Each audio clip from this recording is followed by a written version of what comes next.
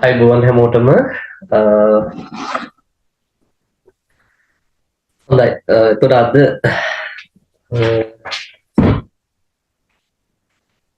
මේ වීඩියෝ එකෙන් ඔයාලට බලාපොරොත්තු වෙනවා මම 2024 පුතේ අමාත්‍යාංශ අධ්‍යාපන අමාත්‍යාංශයෙන් ලබා දුන්නු පෙරහුරු ප්‍රශ්න පත්‍රයේ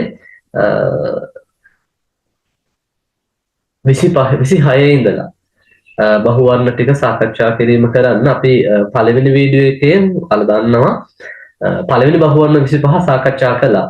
හරි පළවෙනි වීඩියෝ එකේ පළවෙනි බහුවර්ණ 25 සාකච්ඡා කරලා තියෙන්නේ. 26 වෙනි බහුවර්ණයේ ඉඳලා ඉස්සරහට අපි සාකච්ඡා කිරීම තමයි එතකොට මේ වීඩියෝ එකෙන් බලාපොරොත්තු වෙන්නේ.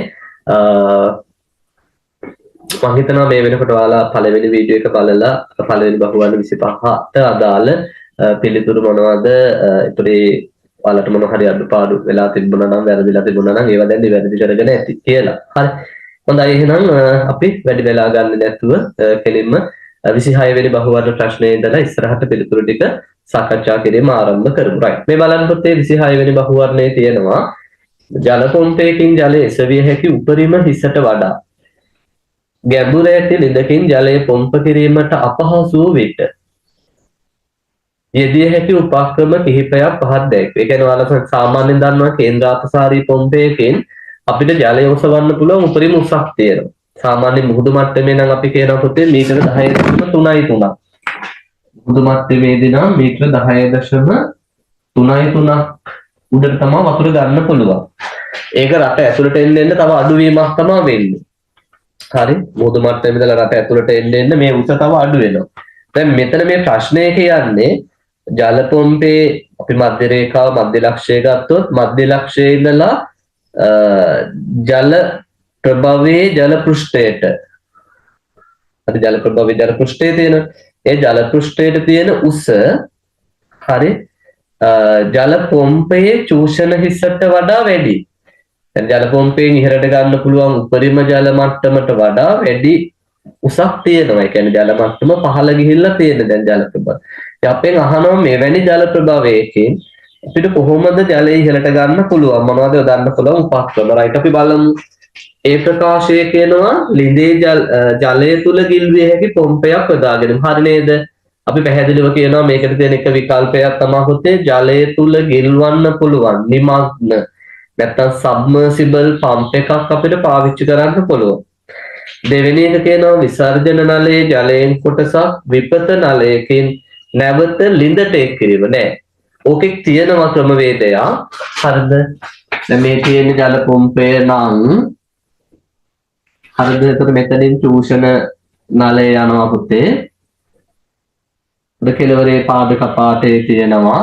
එතකොට මෙතනින් විසර්ජන නලය යනවා. හරිද?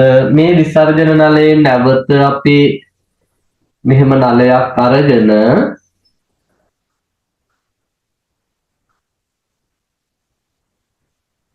ඒක සම්බන්ධ කරනවා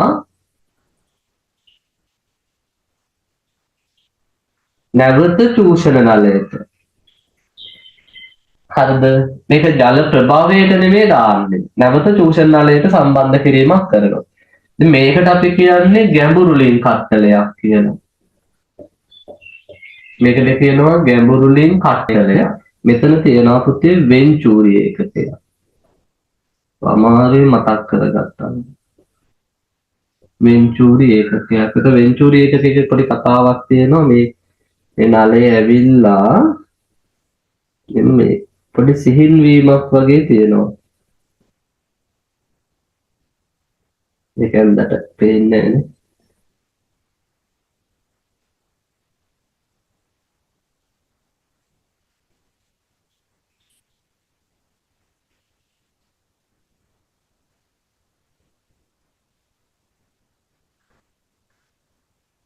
හරිද? ඒක ඔයාලට ඇඳට පේන්නේ නැහැ. වෙන්චූරි එකක් කියලා කියන්නේ මෙහෙම සාමාන්‍ය එන නලයක අපි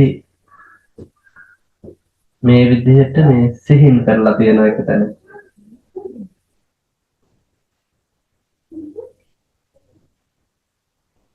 සිහින් කිරීමක් වගේ තියෙනවා. මෙන්න මේ වගේ තැනක් අපි කරන වෙන්චූරි එකට. හරි විතරක් මේ වගේ එකක් මෙතෙන්ට පාවිච්චි කරලා තියෙනවා. එච්චරම දෙයක් ඔයාලට අවශ්‍ය නෑ සාමාන්‍ය මං කියන්නේ. හැබැයි මේක දැනගන්න මෙහෙම මේ විසර්ජන නලයෙන් නලයක් නැවත අරන් තියෙනවා. ඒක හැබැයි මේ ලින්දට නෙමේ දාන්නේ නැවත අර චූෂණ නලයට නැත්නම් පාදක පාටේ ගාවටම සෙට් කරනවා. ඒකට කියන්නේ ගැඹුරු ලින්ක් කට්ටලයක් නැත්නම් ඩීප් වෙල් කිට් එකක් කියලා කියනවා. හරිද? එතකොට D වැරදි වෙනවා. සී ගැඹුරු ලින්ක් කට්ටලයක් ඒක හරියටනේ. දැන් මම මේ කතා කළේ ගැනනේ ගැඹුරු ලින්ක් කට්ටලයක්. D ජල පොම්පය ලිඳට ආසන්නයේ පොළොව මට්ටමට පහළ ස්ථානයක ස්ථාපිත. ඒ කියන්නේ මේ ජල පොම්පය අරගෙන ටිකක් මේ ලිඳ ඇතුලෙන් වගේ ස්ථාපනය කරන්න. නිකන් ලිඳ ඇතුලෙන් එල්ලලා වගේ තියන. ඒකත් හරි පුතේ. දැන් අපිට තියෙන ප්‍රශ්නේ තමයි ජල මට්ටමේ ඉඳලා ජල පොම්පයට දෙන උස වැඩි සීන් එකක් නේ තියෙන්නේ. ඒතර අපිට පුළුවන් ජල පොම්ප පහත් කිරීමක් කරන්න. ඒකෙන් ඔකට අපිට తాවකාලිකව ඉතින් විසඳුමක් එනවා. ඒක එච්චර තාක්ෂණික වශයෙන් හොඳ පොහොසත් ක්‍රමයක් නෙමෙයි. හොඳ ක්‍රමයක් නෙමෙයි. අර පොම්පේ සමහරට නිකන් අපි එල්ලලා වගේ තියා ගැස්සෙනවා. ලොකු ප්‍රශ්න ගොඩක් එනවා. නමුත් ඒකත් එක ක්‍රමයක් විදිහට ගත්ත හැකියි. ඒතකොට උත්තරේට යන්න පුළුවන් අපිට A C D තුනම නිවැරදි. පිළිතුර 3.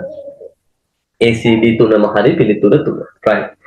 ඊළඟ 27 බින්දු ජල සම්පාදනය හා සැසඳීමේදී විසිරි ජල සම්පාදන පද්ධතියේ විශේෂ වාසියක් බින්දු එකත් එක ගත්තහම විසිරි එකේ තියෙන වාසියක් අහන්නේ right. පළවෙනි එක කියනවා පුතේ එළවලු වගා සඳහා පුෂ්පීකරණ අවධියේ උවද මෙම ඒක වැරදි. සාමාන්‍යයෙන් දැන් පුෂ්පීකරණ අවධියක වගේ පුතේ මේ විසිරි ජල සම්පාදනය යොදද්දි ගැටලු වෙනවා. එකක් මල් හැලෙන්න පුළුවන්, පරාග සේදල යන්න පුළුවන් තර පොඩි ගැටලුවක් තියෙනවා.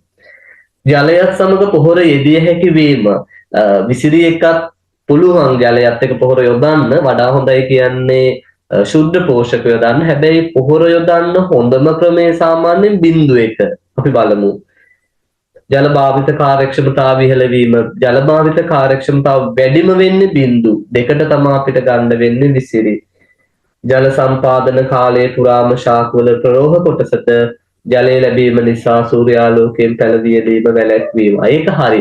ඒ කියන්න පුතේ දැන් අපි මෙතන ජලයේ ස්නාවක් විදිහට යොදපුවාම අවට සාපේක්ෂ ආර්ද්‍රතාවත් වැඩි වෙනවා පරිසරයේ. ජල වාෂ්ප ප්‍රමාණය වැඩි වීමෙන් උත්සේදනය අපිට අවම කරගන්න පුළුවන්. ඒකයි කියන්නේ. එහෙනම් උත්තරය 4 වෙන්න ඕන. පෝෂක හා ජලයේ මූල මණ්ඩලයේ සිට පහළට ශරණය වීම අඩුයි. ඒක ප්‍රධාන වශයෙන් යන්නේ ඒ වාසිය යන්නේ බින්දු ජල සම්පාදනයේදී. මොකද ඒකෙදී අපි ජලයේ බින්දු විදියට යොදන නිසා පෝෂක ශරණයක් වෙන්නේ ජලයේ පහළට වැස්සීමක් වෙන්නේ නැති නිසා පුතේ. එහෙනම් 27ට පිළිතුර ඔන්න 4. right. 28 බලන්න ගොවිපළ උපකරණ කිහිපයක් පහත දැක්වේ. A හැඩලෑලි නගුල, B රොටවේටරය, C මෝල් බෝඩ් නගුල, D රිචරය, E තැටි නගුල. ඉහත දැක්වෙන උපකරණ අතරින් පරිවර්ත්‍ය ආකාරයේ ගොවිපළ උපකරණ. පුතේ පරිවර්ත්‍ය ආකාර කියලා කියන්නේ බිම් සකසන දිශාවට නගුල මාරු කරන්න. නගුලේ දිශාව මාරු කරන්න පුළුවන් වගේ කනත හැඩලෑල්ලේ දිශාව මාරු කරගන්න පුළුවන් වගේ අදහසක් තියෙන්නේ. ඒක කරන්න පුළුවන් අපිට හැඩලෑලි නගුල සහ මෝල් බෝඩ් නගුල කියන දෙකම සාමාන්‍ය වර්ගීකරණය ඇතුළේ නම් ඔය නගුල් වර්ග දෙකම එකක් විදිහට අපි කතා කරන්නේ. හැඩලෑලි නගුලේ ඉංග්‍රීසි වචනේ තමයි ගොඩක් දුරට මෝල් බෝඩ්. නමුත් මෙතන අන්ද වචන දෙකක් විදිහට දාලා තියෙනවා. අපි ඒ ගැන නොහිතමු. A හා C උත්තරේ ගන්න 3. 29 සිවුරෝද ට්‍රැක්ටර් එක එන්ජිමේ ක්‍රියාවලිය සම්බන්ධ ප්‍රකාශ දෙකක් පහත දැක්වේ. ඒ එන්ජිමේ පිස්ටන් වලලු ගෙවීම නිසා සිලින්ඩරයේ ඉහළ දහන කුටීරයට ස්නේහක තෙල් ගමන් කරයි. හරි. පිස්ටන් වලලු ගෙවුනොත් පල්ලෙහින් පම්ප් කරන ඔයිල් පිස්ටන් හරහා ගිහිල්ලා දහන කුටීරය ඇතුළට යන්න පුළුවන්. B ගෑස්කට් ගෙවීම හා වායු පෙරහන අවහිර වීම නිසා කළු දුම ඇතිවේ. ඔව්. හරිද? එතකොට ගෑස්කට් ගෙවීම නිසා ගොඩක් දුරට අසම්පූර්ණ දහනයක් වගේ වෙන්න පුළුවන්. වායු පෙරහන් අවහිර වීම නිසා ගොඩක් දුරට එන වායු ප්‍රමාණය අඩු වෙන්න පුළුවන් පුතේ. එතකොටත් අසම්පූර්ණ දහනයක් වෙන්න පුළුවන්. ඒත් එක්ක කළු දුම පිටවීමේ හැකියාවක් තියෙනවා. එතකොට මේ දෙකම හරි. ඒත් හරි බීත් හරි. හැබැයි මේ දෙක අතර කිසි බැඳීමක් සම්බන්ධයක් නැහැ දරුවනේ. එහෙනම් උත්තරේ වෙන්න ඕනේ 4. උත්තරේ 4. ඊළඟට බලන්න ලේබලේ හෙක්ටයාර 2ක් ලෙස නිර්දේශ කර ඇති පලිබෝධනාශක බෝතලයකින් මෙති පොඩි ගැටලුවක් තියෙනවානේ.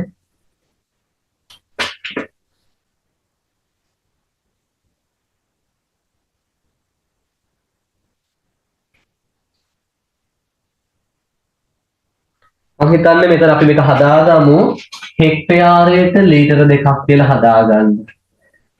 හෙක්ටයාරයට ලීටර 2ක් ලෙස නිර්දේශ කර ඇති පලිබෝධනාශක බෝතලයකින් 25යි 20 වගාබිම් ප්‍රදේශයකට යෙදිය යුතු පලිබෝධනාශක ප්‍රමාණය අපි එහෙම හදාගමු. හෙක්ටයාරයට ලීටර 2ක් කියන්නේ හෙක්ටයාරයට මිලිලීටර 2000. හෙක්ටයාරයක් කියලා කියන්නේ වර්ග මීටර 10000. එහෙනම් අපි බලමු වර්ග මීටර 10000කට පුතේ මිලිලීටර 2000යි නම් 20000ක් නෙවෙයිනේ 2000යි නම් ඔතන කියන්නේ කීයද 25 ගුණ කිරීම 20 කියන්නේ 1000ක්ද නෑ 500ක්ද 25 ගුණ කිරීම 20 හරි. ඒතර මේකේ බිංදු 3ට බිංදු 3ක් කැපුණා. මේ බිංදුවට මේ බිංදුව කපන්න 25 ඒවා දෙකක් පුතේ 50යි 50 ඒවා දෙකක් 100යි. එනම් මිලිලීටර් 100ක් කියලා එන්නේ. ඒකේ ගැටලුවක් තියෙනවා. ඔයාලට හදන්න බැරි වෙන්නේ නැති. මමක් නෑ ඔන්න හදාගෙන උත්තරේ දාගන්න. 30 වෙනි එකට එතකොට ප්‍රශ්නේ නිවැරදි කිරීමක් යනවා. හෙක්ටයාරයට ලීටර 2ක් වෙන්න ඕන. ඒ අනුව අවසාන උත්තරේ එනවා මේ කියන වර්ග ප්‍රමාණයට පුතේ අපි පලිබෝධනාශකයෙන් මිලිලීටර් 100ක් ගහන්න අවශ්‍ය වෙනවා. right. පැහැදිලි නේද? හොඳයි. අපි යම් 31ට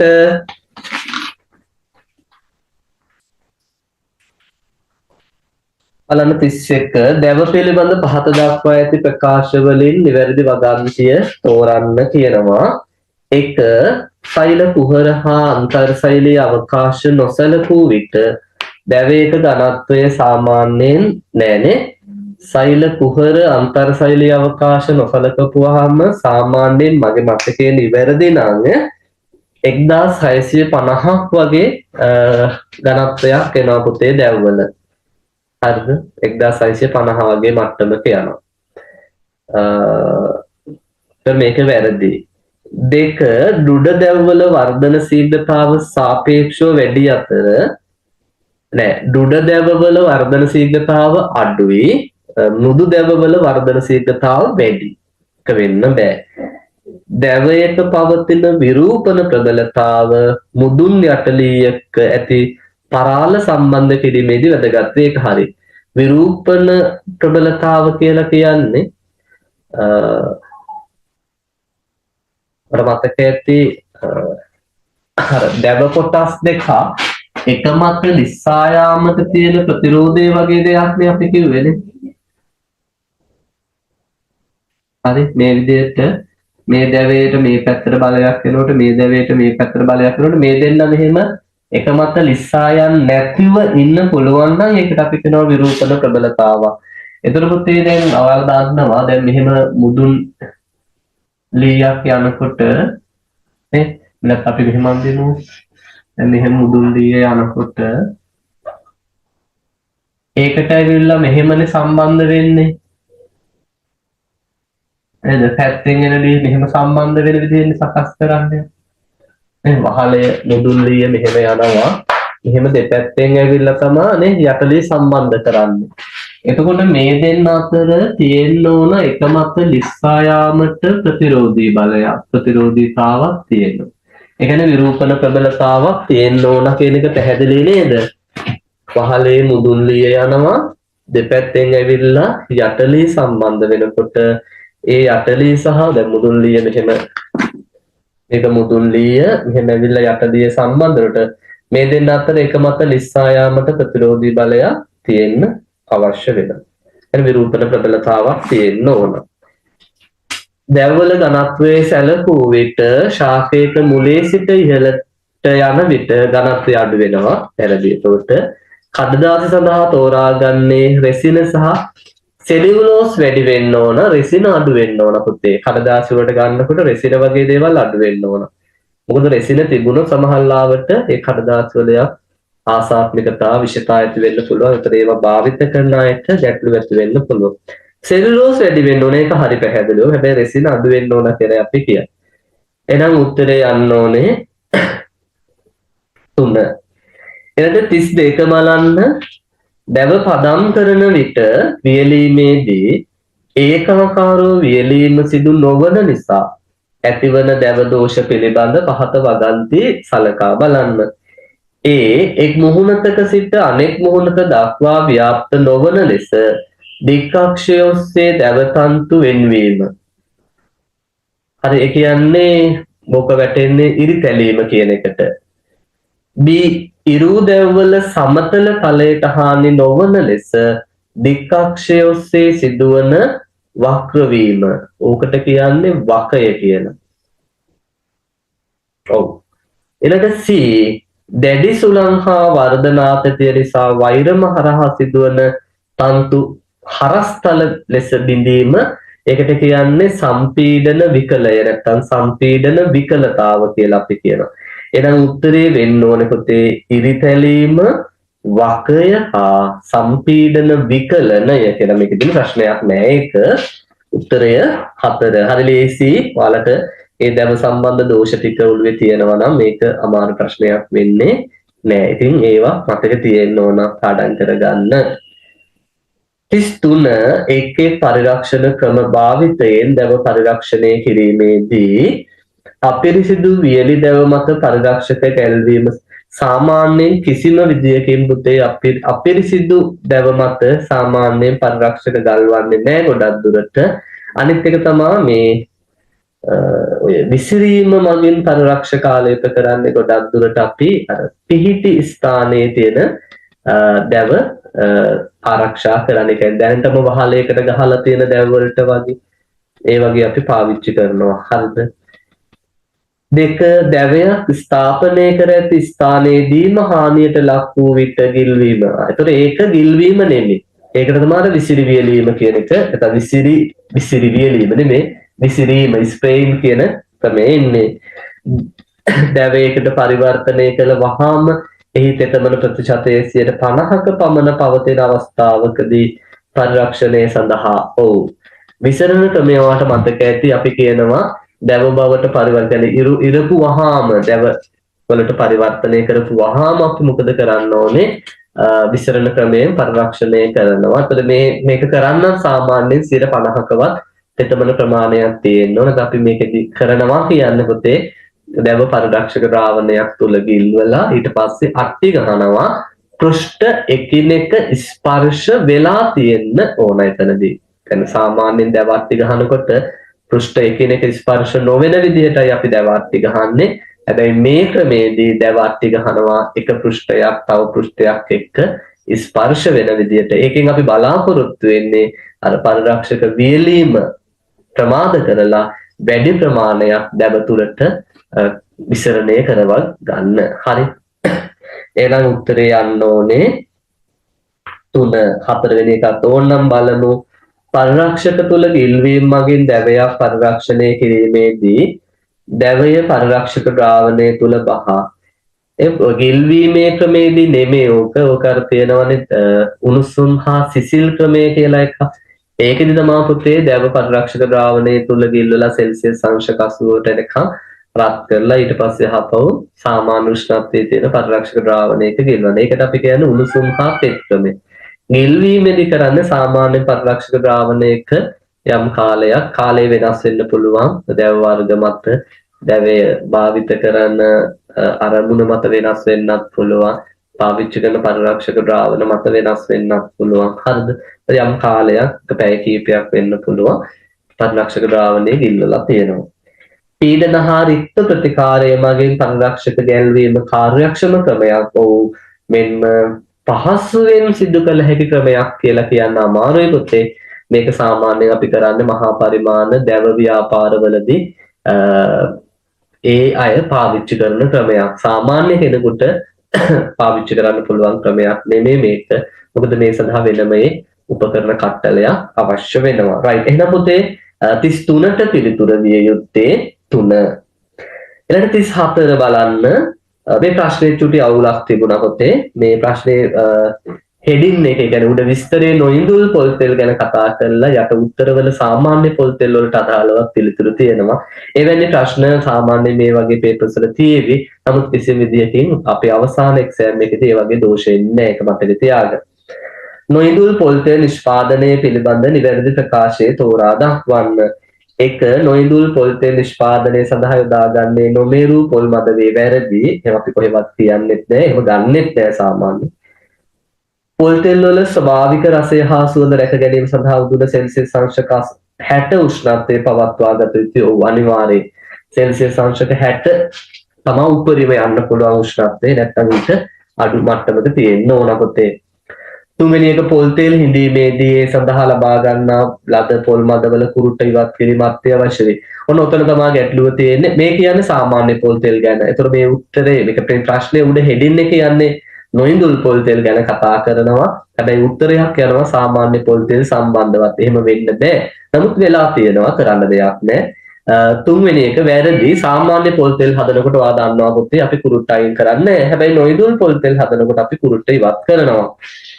4 සෙල්සියස් අංශක 80 උෂ්ණත්වයේ ඇති තෙල් නිස්සාරණයන්ට බෑ සෙල්සියස් අංශක 80 උෂ්ණත්වයකට යන්නේ නෑ. අපි කොහෙත්ම මෙහිදී පොල් සුදු මද කොටස් යොදාගත යුතු අතර ඒ සෙල්සියස් අංශක 60 උෂ්ණත්වයට වඩා වැඩි උෂ්ණත්වය වැරදි. 60ට වඩා වැඩිපුර යන්න බෑ. එහෙනම් පුතේ උත්තරේ වෙන්න ඕනේ 2. පොල් තෙල් වල ස්වභාවික රසය හා සුවඳ රැක ගැනීම සඳහා උඳුන සෙල්සියස් අංශක 60 උෂ්ණත්වයේ පවත්වාගත යුතුය. පැහැදිලි නේද හැමෝටම? right. 35. කුරුඳු වස්තුණු නෙලීම සඳහා වඩා සුදුසු අවස්ථාව වනුයේ මේක නම් ලේසි. කුරුඳු වස්තුණු නෙලන්නේ ඔයාලා දන්නවා පොත්තෙහි වර්ණය දුඹුරු පැහැගැන්වී ඇති අවස්ථාවේදී කියලා අපි කියනවා. එහෙනම් උත්තරේ 2. අනිත් ඒවාට යන්න අවශ්‍ය නැහැ මං කියන්නේ. 36. විද්‍යුත් උපාංග පිළිබඳ පහත ප්‍රකාශ අතරේ නිවැරදි ප්‍රකාශය තෝරන්න. 1. වෝල්ටීයතාවක් ලබා දිය යුතු උපකරණය සෙනර් ඩයෝඩය සමග ශ්‍රේණිගතව සම්බන්ධ කළ යුතුය. නෑ. දැන් අපි සාමාන්‍යයෙන් වෝල්ටීයතා ස්ථායීකාරක පරිපථයක් හදනකොට සෙනර් ඩයෝඩයක් පාවිච්චි කරලා පුතේ සෙනර් ඩයෝඩයට සමාන්තරගතව තමයි අපි බාර ප්‍රතිරෝධය නැත්නම් අදාළ උපකරණය සම්බන්ධ කරන්නේ. සෙනර් ඩයෝඩේ ආරක්ෂාවට අපි දානවා විචල්්‍ය ප්‍රතිරෝධකයක්. ඒක ශ්‍රේණිගතව තමයි දාන්නේ. ඒතර මේක වැරදි. උපකරණයේ ආරක්ෂාවට විචල්්‍ය ප්‍රතිරෝධකයක් යෙදුව විට තවත් අමතර ප්‍රතිරෝධකයක් ඊට සමාන්තරව යෙදිය යුතුය. ඔව්. බොහෝ විට ඒක පිළිතුර විය යුතුයි. බලමු අපි. 3. විමෝචකයට සාපේක්ෂව පාදනහි වෝල්ටීයතාව 0.6 වෝල්ට් වඩා වැඩි වන විට ट्रांसिस्टरයේ විවෘත ස්විච්යක් ලෙස ක්‍රියා කරයි නෑ. වැරදි. 78 කාණ්ඩයේ ස්ථායි හා සංග්‍රහිත පරිපථය දාගෙන ධන 5 ධන 8 ඍණ ගන්න බෑ පුතේ 78 කාණ්ඩේ. ඍණ ගන්න නම් මම ඔයාලට කියලා තියෙනවා 79 කාණ්ඩය යන්න ඕන. දෝෂ සහිත පෙන්නුම් වෛර හඳුනා ගැනීමට මල්ටිමීටරය භාවිත කළ හැකිය.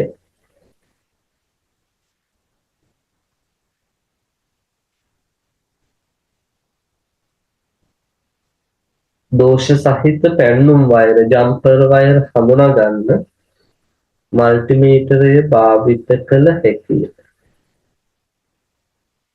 2ද 5ද දෙක උපකරණයේ ආරක්ෂාවට විචල්්‍ය ප්‍රතිරෝධකයක් යෙදුව විට තවත් අමතර ප්‍රතිරෝධකයක් ඊට සමාන්තරව යෙදුව. ඒතර අමතර ප්‍රතිරෝධකයක් කියන්නේ උපකරණය නෙමෙයිනේ. උත්තරේ 5 ගමු පුතේ අපි. දෝෂ සහිත පැන්නුම් වෛර හඳුනා ගැනීමට මල්ටිමීටරය භාවිත කළ හැකිය කියන එකට යමු මේ අපි.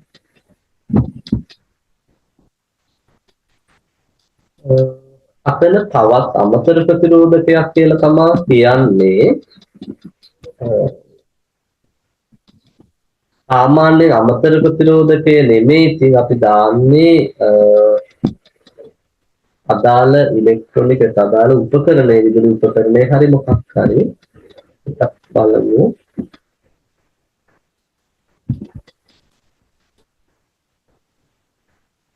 ඔව් 36ට උත්තරය සහ. දෙක නෙමෙයි.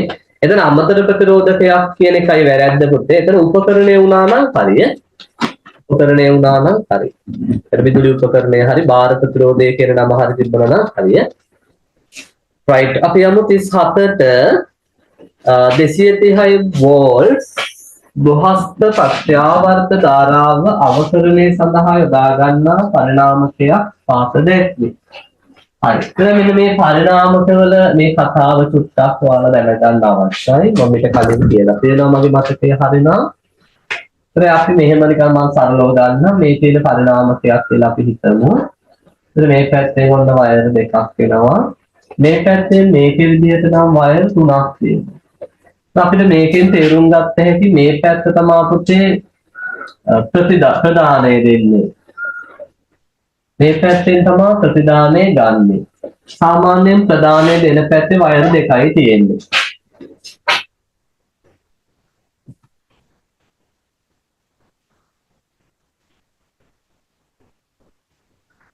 අර්ධ ප්‍රදානය දෙන පැත්තේ වයර් දෙකයි තියෙන්නේ. ප්‍රතිදානය ගන්න පැත්තේ වයර් කීපයක් තියෙන්න පුළුවන්. ඒක සාමාන්‍යයෙන් දුහස්ත එකක් කියලානේ මේක තියන්නේ. මේ පැත්තෙන් 230ක් දෙනකොට අපිට මේ පැත්තෙන් ගන්න පුළුවන් වෝල්ට් 12ක් උපරිම. ඒක තේරුම් ගන්න. ඒතකොට දුහස්ත ප්‍රත්‍යාවර්ත අවකරණයක් කියලා කියනවානේ. ඒක 230ක් දීලා අපි සාමාන්‍යයෙන් 12 තමයි උපරිම ගන්නෙ ඕකේ. එතකොට මේකේ තියෙනවා ABC කියලා අංග තුනක් තියෙනවානේ. ඒත් අපි AC වලින් ගත්තොත් 12ක් ගත්ත හැකියි. ඒ කියන්නේ මෙතනින් මේ දෙක කනෙක්ට් කරලා ගත්තොත් 12ක්. ඒ කියන්නේ මේ ද්විතීයික දංගලේ සියලුම කොටවල් අයිති වෙනවා ඔකට. හරිද? ද්විතීයික දංගලේ සියලු කොටවල් අහු වෙන විදිහට ගන්නවා. එතකොට 12ක් ගත්ත හැකියි. බැලුවත් A B හෝ B C වලින් ගත්තොත් අපිට ගන්න පුළුවන් වෙන්නේ පුතේ 6යි.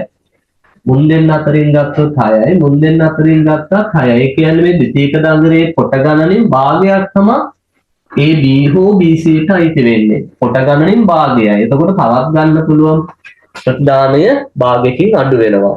පැහැදිලි නේද කියන එක? right. එතකොට උත්තරේ වෙන්න ඕනේ කීයද? AC අග්ද අතර ප්‍රතිදාන වෝල්ටේජ්තාව 12ක් කියලා අපිට ගත්තා. හොඳයි 38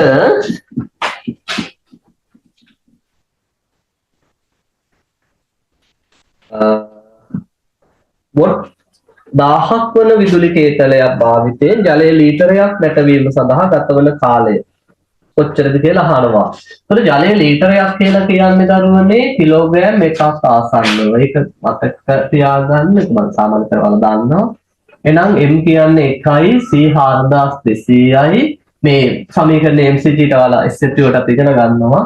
එතකොට මේ දැනට කාම උෂ්ණත්වයේ 30යි ජලය නටනවා කියන්නේ 100යි කියන්නේ තත්ත්වයේ චීට කියන උෂ්ණත්ව වෙනස, පෙරය යන උෂ්ණත්ව වෙනස 70යි.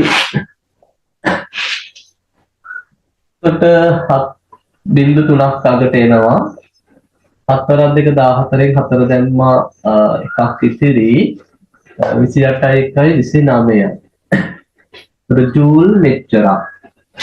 අපෙන් අහන්නේ කොච්චර කාලයක් අපිට යනවද කියලා. එතකොට ටයිම් එක අපි ගත්තොත් හරිද? එතකොට දැන් සමාන වල දාන්න ශ්‍රමතාව සමානයි නේද? ශක්තිය බෙදීම කාලය. එහෙම සමීකරණයක් තියෙනවනේ. ශ්‍රමතාව සමානයි ශක්තිය බෙදීම කාලය.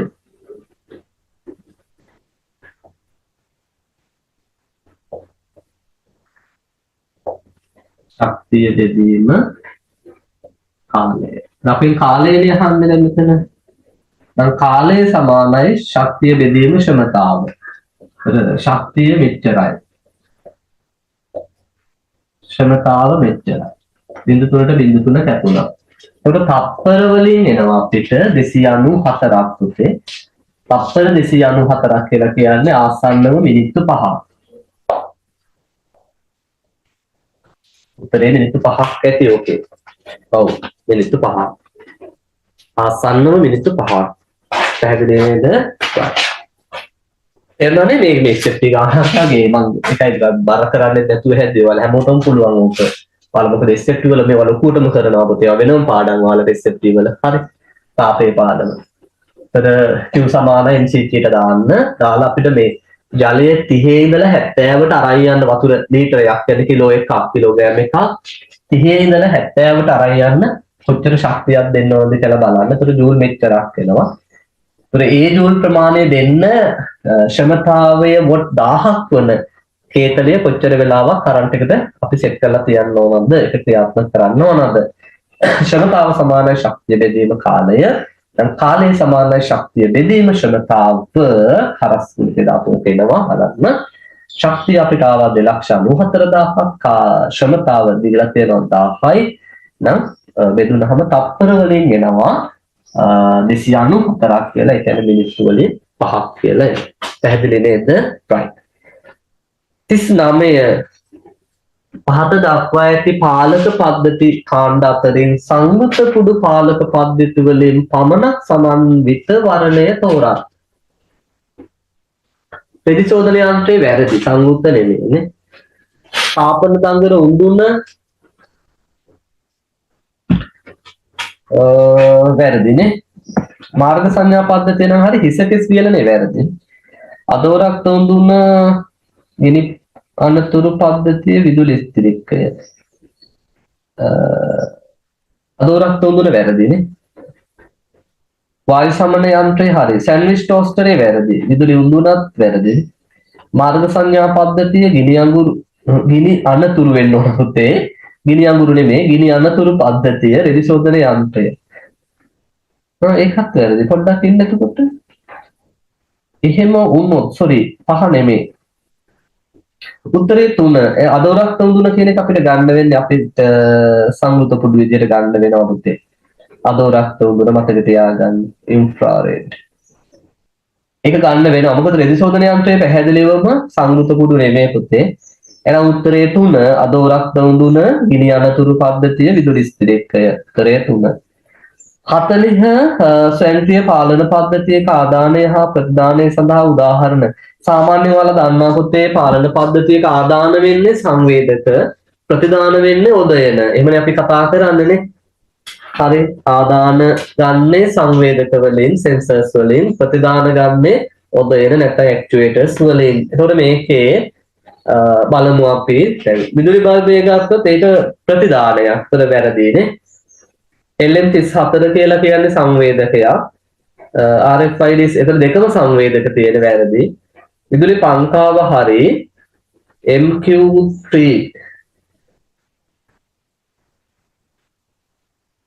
විදුලි වැරදිනේ නේ.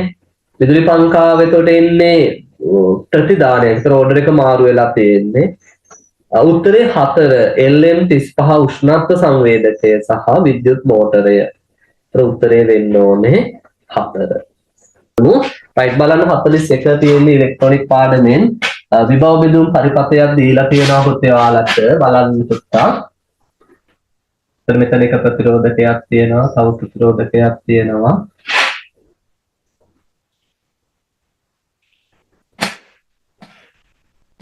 ආවෙන්න මෙතන 9 වෝල්ට් බැටරියක් දාලා තියෙනවා. වෝල්ට් 9යි. ප්‍රතිදානය අරන් තියෙනවා මෙතන ඉන්නේ.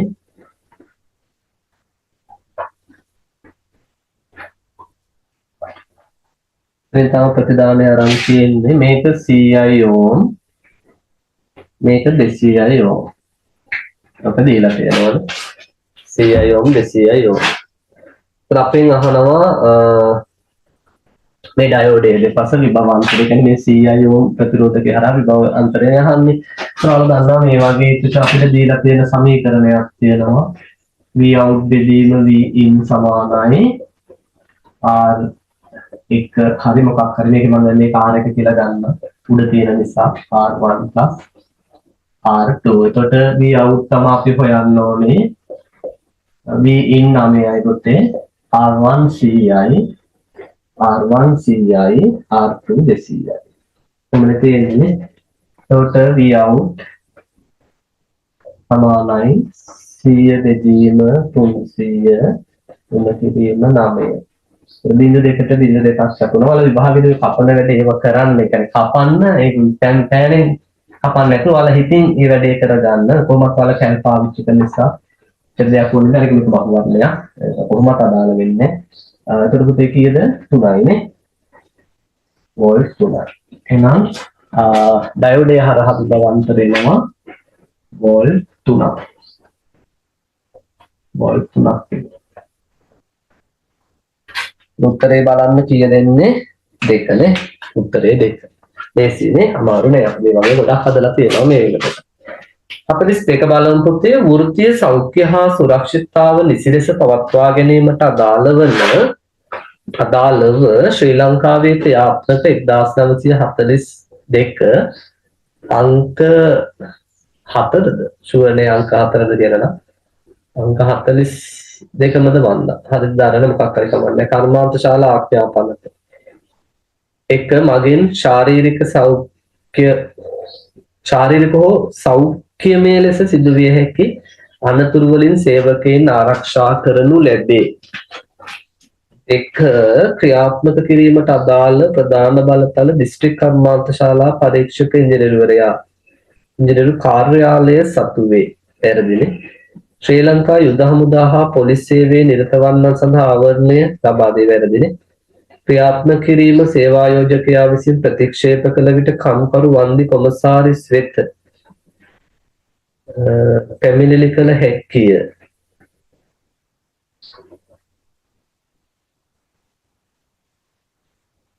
කර්මාන්ත ශාලාවක් තුළ සේවකයන් හැසිරිය යුතු ආකාරය පිළිබඳ විස්තර කරයි.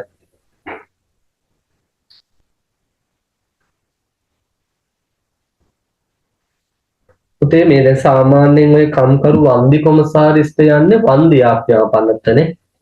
මෙතන යන්නේ කර්මාන්ත ශාලා ආඥාපනතනේ. ඒතර කර්මාන්ත ශාලා ආඥාපනතේදී ප්‍රධාන වශයෙන් අපි බලන්නේ ආයතනයක් තුල වැඩ කරන සේවකයන්ගේ ආරක්ෂාව තහවුරු කිරීමට අදාළ යම් නියෝග වගේනේ මේක ඇතුළේ තියෙන්නේ. ඒතර 42ට අපිට වඩාත් ගැලපෙන්නේ උත්තරය 2 නේ. සෝරි 1.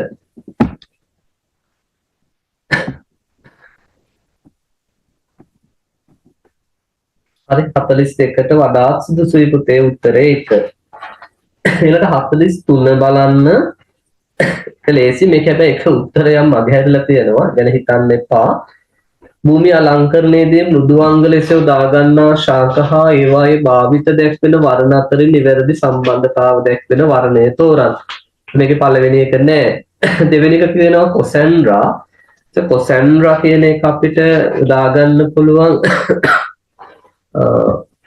වඩාත් යෝග්‍ය වෙන්නේ ගොඩක් දුරට බෝදර වගේ දේවල් වලට.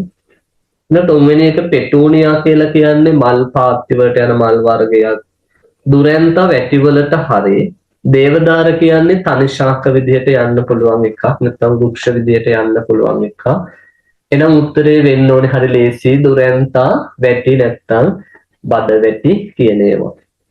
44 පුතේ භූමි අලංකරණයේදී යොදා ගන්නා කලා මූල පිළිබඳ සත්‍ය ප්‍රකාශය තෝරා දක්වන්න. කලා මූල ඔයාලා දන්නවා කලා මූල ධර්ම සහ කලා මූල කියලා අපි කාණ්ඩ දෙකකට කතා කරනවා.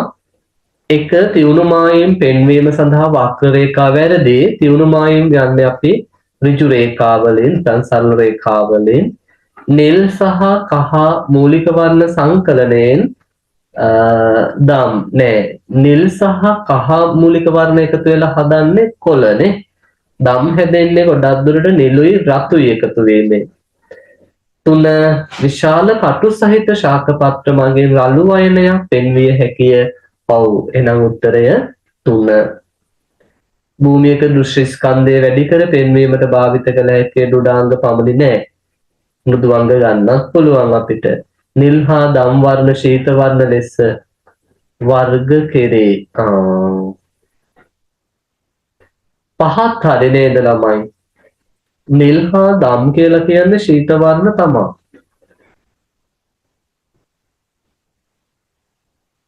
තුන හෝ පහ ගන්න.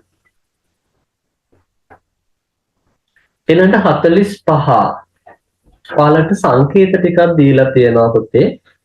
එතකොට A කියලා කියන්නේ ගිම්හාන කුටියා, B කියලා කියන්නේ දොරා, C කියලා කියන්නේ විශාල කටු පඳුරු, D කියලා කියන්නේ පර්ණාංග. උත්තරය 2. ලේසියිනේ. 46 පහත දැක්වෙන විසිතුරු මල් හා පත්‍රවල අසුණු නෙලීමේ ආකාරය පිළිබඳ සම්බන්ධතාව නිවැරදිව දැක්වෙන වර්ණය තෝරන්න කියලා කියනවා.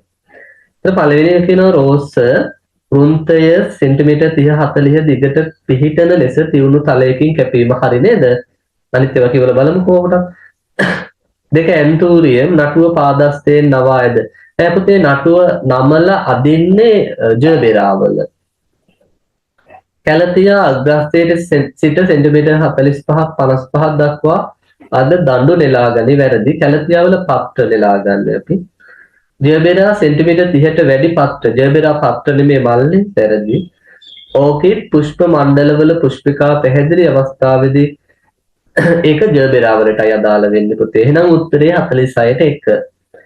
47 ඝන අපද්‍රව්‍යයේ උෂ්ණත්වයේදී අර්ධ ඔක්සිකරණ නැත්නම් තාප විච්ඡේදනය කියලා අපි කියන බඳුන් කිරීමෙන් ලබා ගන්නා සංශ්ලේෂිත වායුවේ ප්‍රධාන සංඝටක දෙකයිනේ තියෙන්නේ. Carbon monoxide, hydrogen. එහෙනම් උත්තරේ වෙන්න ඕනේ 1. එක ලේසි. ඔන්න ලේසිම ලේසි ප්‍රශ්නයක්. තාටිය නිතර අහන ප්‍රශ්නයක්. ඔළුවේ තියාගන්න. කාබන් මොනොක්සයිඩ් සහ හයිඩ්‍රජන් තමයි ප්‍රධානම වායු දෙක. තව දෙකක් තියෙනවා කාබන් ඩයොක්සයිඩ්, මීතේන්. හැබැයි ප්‍රධාන දෙක කාබන් මොනොක්සයිඩ්, හයිඩ්‍රජන්. 48 පුතේ සනීපාරක්ෂක කසල රඳවන පිළිබඳ පහත දී ඇති වගන්ති අතරින් සාවද්‍ය වගන්තිය. වැරදි එක අහන්න පුතේ. වැරදි එක අහන්නේ. ඒක අවසානයේ දිනවන වටිනාකමක් රහිත අවශේෂ අපද්‍රව්‍ය පරිසරිත කාමයේ අයුරින් බැහැරලීම සිදු කෙරේ. හරිනේ. දෙක කසල රඳවන ලෙස වල ක්‍රමය යොදා ගැනීමේදී වලේ ප්‍රාථමික ආවරණ ලෙස සුසංහිත මැටි. හරිනේ. ප්‍රාථමික ආවරණ විදිහට මැටි තට්ටුවක් ගන්න පුළුවන්. ඊට උඩින් ඕනනම් ද්විතීයික ආවරණයක් විදිහට ප්ලාස්ටික් ආවරණයක් යොදා ගන්න පුළුවන්. කසල රඳවන එක වලෙහි ද්විතීයික ආවරණ ලෙස නෑ. ද්විතීයික ආවරණය දැන් මම කිව්වා මැටි නෙමෙයි. ඒකට ප්ලාස්ටික් ආවරණයක් තියනවා. 4 අපද්‍රව්‍ය වලින් වැසෙන නිස්සාරක නල මගින් එකතු කොට පිටතට අපි ප්‍රාථමික නිස්සාරක කියලා කියන්නේ ඒවා එකතු කරලා ප්‍රතිසාදන පිටියකට යොමු කරන්න ඕන පුතේ. 5 අපද්‍රව්‍ය වලින් නිපද වෙන වායු වර්ග නල ඔස්සේ ප්‍රතිසාදන වූ විශේෂයෙන් මීතේන් වායුව අපි එකතු කරලා අරගන්න ඕන. ඒක පරිසරයට මුදාහරින්න බෑ අපිට. මොකද ඒක හරිතාගාර වායුවක්. අපිට ඒක එකතු කරලා අපිට භාවිතයට ගන්න වෙනවා ජීව වායුව විදියට. එන පුතේ 48ට උත්තරේ වෙන්න ඕනේ. අපි වැරදි එකයි අහන්නේ 3. බලන්න පුතේ 49 ශිෂ්‍යයෙක් තම ගෙවත්ත අලංකරණය කිරීම සඳහා ආහාරමය භෝග යොදා ගැනීමට අදහස් කරයි. එහිදී ඔහු භෝග යොදාගත් ආකාරයේ දැක්වෙන සබඳතා කිහිපයක් පහත දැක්වේ. අපෙන් අහනවා නිවැරදි ඒවා මොනවද කියලා. ඒ ආරුක්කු සඳහා චෙරි තක්කාලි. වැරදිනේ. B වැටි සඳහා දම් පැහැති තම්පලා. හරි. C අඩු වාරි පහසුකම් ස්ථානයක් සඳහා අමන්දා වම්බතු ප්‍රභේදය. හරි. D වැඩි ආලෝකයේ ලැබෙන ස්ථාන කිරියල. වැරදි. ඒක අඩු ආලෝකයේ ලැබෙන තැනකට අපි නිර්දේශ කරන්නේ. එනම් BC විතරයි පුතේ නිවැරදි. 49ට 4. 50 ව්‍යාපාරයේත ශදුවත විශ්ලේෂණයට අදාළ ශක්තිය දුර්වලතාවයක් අවස්ථාවක් හා තර්ජනයක් අනුපිළිවෙලින් දැක්වෙන වර්ණය වනුයේ. 1 අඩු තරගකාරීත්වය කියන්නේ පුතේ අවස්ථාවක්. එනම් අපි ඒක නොබලයිමු. මානව සම්පත ශක්තිය නොපුහුණු සේවකයින් දුර්වලතාවක් අඩු තරගකාරීත්වය අවස්ථාවක් ස්වභාවික විපත් තර්ජනයක්. උත්තරය 2.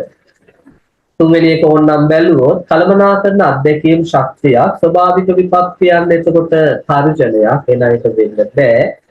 සංස්කෘතික බලපෑම කියන්නේ ඒක තර්ජනයක් විදිහට ගත්ත හැකි. ඒක වෙන්න බෑ.